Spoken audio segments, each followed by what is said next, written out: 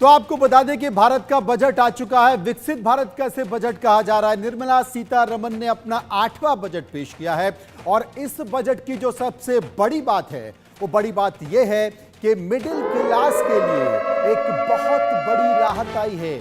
12 लाख रुपए तक की कमाई पर, 12 लाख रुपए तक की इनकम पर आपको कोई टैक्स नहीं देना होगा। 12 से 16 लाख रुपए तक की कमाई पर आपको 15% का टैक्स देना होगा। 16 लाख से 20 लाख रुपए तक की कमाई पर आपको 20% टैक्स देना होगा। 20 से 24 लाख तक की कमाई पर आपको 25% टैक्स देना होगा और 24 लाख से ऊपर आपको 30% टैक्स देना होगा। लंबे समय से वो लोग जो कि नौकरी कर रहे हैं, नौकरी पेशा हैं, उन्हें इस बात का इंतजार था कि आखिर इनकम टैक्स पर छूट मिलेगी या नहीं मिलेगी। पहले यह छूट 7 लाख रुपए तक की थी, अब इसे बढ़ाकर 12 लाख रुपए कर दिया गया। बड़ी राहत देने की यहां पर कोशिश की गई है, लेकिन कुछ लोग कंफ्यूज इस बात को लेकर हैं कि अगर 12 लाख तक की छूट है तो फिर ये 5% और 10% क्या है। अतुल जी मेरे साथ मौजूद होंगे। अतुल जी मेरे साथ बने हुए हैं, ये आपको विस्तार से समझाएंगे। देखिए मेरे सामने जो बजट में घोषणा की गई है टैक्स स्लैब की, मेरे सामने ये टैक्स स्लैब है। इस टैक्स स्लैब को आप गौर से देखिएगा। यहां पर 0 से लेकर 4 लाख है 0%, 4 से लेकर 8 लाख है 5%। अब यहीं पर कंफ्यूज है, 5% क्यों है?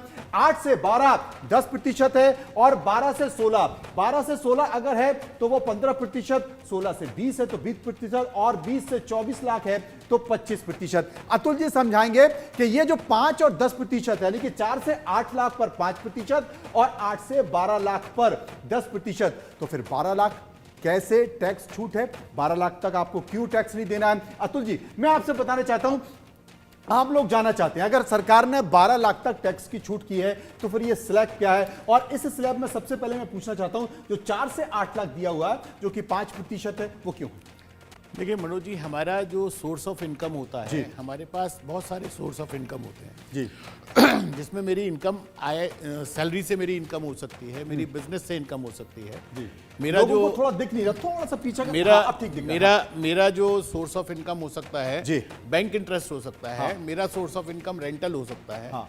मैं शेयर ट्रेडिंग कर सकता हूं, मैं शेयर की खरीद बेच कर रहा हूं जो मेरी स्पेशल रेट की इनकम हो जाती है।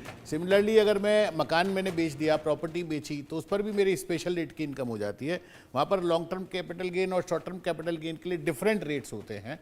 तो उस केस में मेरे को जो 87A का रिबेट है, जैसे स्पेशल केस रेट की जो इनकम है उसमें 87A का रिबेट मेरे को नहीं मिलता। ठीक है। सरकार जब अपनी स्लैब बनाती है तो उसमें यह मान करके चलती है कि कुछ टैक्स पेयर ऐसे होंगे जिनको 87A का रिबेट मिलेगा, कुछ टैक्स पेयर ऐसे होंगे जिनको 87A का रिबेट नहीं मिलेगा। अब जैसे 4 से 8 लाख मेरी इनकम हो गई है जी, 5% टैक्स मेरा लग रहा है, तो ये 5% की छूट मुझे कैसे अब ऐसे समझ लीजिए कि आपकी, मैं अभी 12 लाख की ही पूरी कैलकुलेशन आपको समझा 12 लाख की बता दीजिए। 8 से 12 लाख में जैसे 4 से 8 लाख रुपए पर 5% का आपका टैक्स बन रहा है, वो 20,000 रुपए टैक्स आएगा। और 8 से 12 लाख रुपए पर 10% टैक्स जो है आपका 40,000 रुपए टैक्स आएगा। टोटल टैक्स मेरा 60,000 हो गया। अगर मेरी आय सिर्फ सैलरी से है या बिजनेस इनकम है तो मेरा टोटल टैक्स यहाँ पर 60,000 रुपए बना। मेरे को 87A में 75,000 रुपए तक की एग्जम्पशन अलाउड है, मिल जाएगी। तो मेरा 60,000 टैक्स है तो वो मेरा पूरा का पूरा टैक्स वहाँ रिबेट में 87A में रिबेट मिल गई और रिबेट मिलने के बाद मेरी टैक्स लायबिलिटी 0 हो गई। तो मतलब मुझे 12 लाख तक कोई टैक्स नहीं देना। मुझे रिबेट मिल जाएगी या तो सीए के जरिए या मैं खुद उसे फाइल कर सकता हूं। आप खुद भी फाइल कर सकते हैं, उसमें किसी सीए की आवश्यकता नहीं है, किसी टैक्स कंसल्टेंट की आवश्यकता नहीं है। ये तो रिबेट ऑटोमेटिकली जब आप रिटर्न भरेंगे 87A का रिबेट रिटर्न में ऑटोमेटिकली आपको आ जाएगा। मतलब 1 लाख रुपए अगर मैं महीने कमा रहा हूं, 1 लाख रुपए अगर मैं महीने कमा रहा हूं और 12 लाख रुपए साल मेरी इनकम है तो मुझे सरकार को कोई टैक्स नहीं देना है। ये इसे समझ लीजिए। और जो 5%, 3 से 7 लाख 5% दिखा हुआ है और 8 से 12 लाख जो 10% है, ये आपको छूट मिलने वाली है। आप स्पेशल डिडक्शन और 87A के तहत आपको छूट मिलेगी, उसमें 60,000 रुपए तक का आपको छूट मिल सकती है। 75,000 तक की छूट है तो 60,000 लायबिलिटी है, आपको नहीं देना है। अब मैं आपसे यह जानना चाहता हूं, स्पेशल इनकम और नॉर्मल इनकम, ये दोनों बड़े फैक्टर हैं, जरा से भी समझाएं।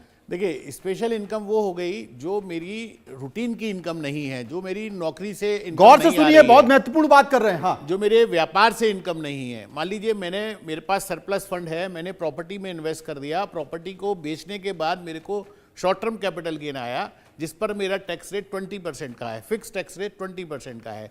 या मान लीजिए मैंने कोई प्रॉपर्टी बेची जिसको मैंने 2 साल से ज़्यादा अपने पास रखा, उसको बेचने से जो मेरा कैपिटल गेन आया वो लॉन्ग टर्म कैपिटल गेन हो गया, जिस पर मेरा स्पेशल टैक्स रेट 12.5% का आता है। तो अगर मेरी कोई स्पेशल रेट की इनकम है, उस केस में मेरे को 87A की रिबेट नहीं मिलती है। इसीलिए तो पुराना वाला जो भी हम टैक्स स्लैब दिखा रहे थे वो पुराना वाला था। अब जो नया टैक्स स्लैब है वो ये है, और उस टैक्स स्लैब में सरकार ने जो घोषणा की है, कैसे राहत मिल सकती है। अतुल साहब देखिए, 3 लाख तक आपको जीरो, कोई टैक्स नहीं देना है। 3 से 7 लाख आपको 5% टैक्स देना है। 8 से 12 लाख आपको 10% टैक्स देना है। 12 से 16 लाख आपको 15%, 16 से 20 लाख 20%, और 20 से 24 लाख पर